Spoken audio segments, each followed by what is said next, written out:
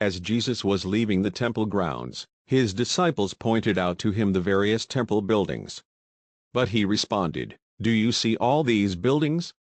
I tell you the truth, they will be completely demolished. Not one stone will be left on top of another." Later, Jesus sat on the Mount of Olives. His disciples came to him privately and said, "Tell us, when will all this happen? What sign will signal your return and the end of the world?" Jesus told them, "Don't let anyone mislead you, for many will come in my name, claiming, 'I am the Messiah.' They will deceive many. And you will hear of wars and threats of wars, but don't panic. Yes, these things must take place, but the end won't follow immediately. Nation will go to war against nation, and kingdom against kingdom. There will be famines and earthquakes in many parts of the world. But all this is only the first of the birth pains, with more to come. Then you will be arrested, persecuted, and killed. You will be hated all over the world because you are my followers. And many will turn away from me and betray and hate each other. And many false prophets will appear and will deceive many people. Sin will be rampant everywhere, and the love of many will grow cold. But the one who endures to the end will be saved, and the good news about the kingdom will be preached throughout the whole world, so that all nations will hear it. And then the end will come. The day is coming when you will see what Daniel the prophet spoke about, the sacrilegious object that causes desecration standing in the holy place. Reader, pay attention. Then those in Judea must flee to the hills. A person out on the deck of a roof must not go down into the house to pack. A person out in the field must not return even to get a coat. How terrible it will be for pregnant women and for nursing mothers in those days. And pray that your flight will not be in winter or on the Sabbath. For there will be greater anguish than at any time since the world began. And it will never be so great again. In fact, unless that time of calamity is shortened, not a single person will survive. But it will be shortened for the sake of God's chosen ones. Then if anyone tells you, "Look, here is the Messiah," or "There he is," don't believe it. For false messiahs and false prophets will rise up and perform great signs and wonders so as to deceive, if possible, even God's chosen ones. See, I have warned you about this ahead of time.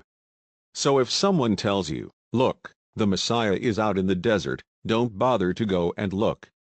Or, "Look, he is hiding here," don't believe it. For as the lightning flashes in the east and shines to the west, so it will be when the Son of Man comes.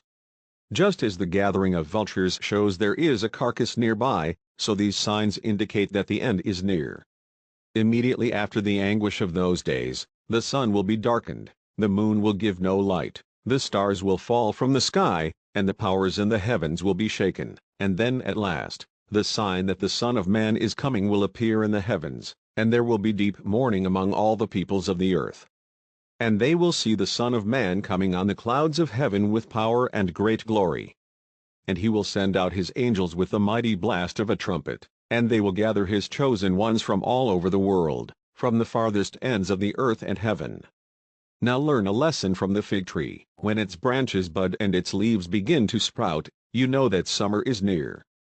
In the same way, when you see all these things, you can know his return is very near, right at the door. I tell you the truth, this generation will not pass from the scene until all these things take place. Heaven and earth will disappear, but my words will never disappear. However, no one knows the day or hour when these things will happen, not even the angels in heaven or the Son himself. Only the Father knows. When the Son of Man returns, it will be like it was in Noah's day. In those days before the flood, the people were enjoying banquets and parties and weddings right up to the time Noah entered his boat.